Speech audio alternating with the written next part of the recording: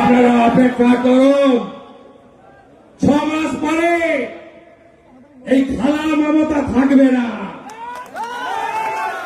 প্রাক্তন হবে। আমি প্রভু সেই চৈতন্যদেবের মাটিতে বলে গেলাম।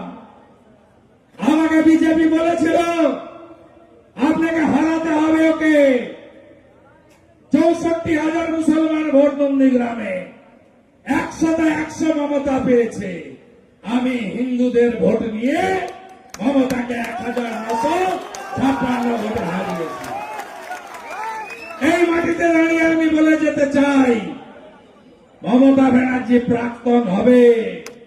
আর জলেশ্বর তেওয়ারি, অমরনাথ, আপনারা যেখানেই লুকাবেন, এপ্রিল মাসের পরে এই সঞ্জয় ভৌমিকের পরিবারের সঙ্গে যে আচরণ করলেন, শুধু বদল নয়, বদলাও হবে।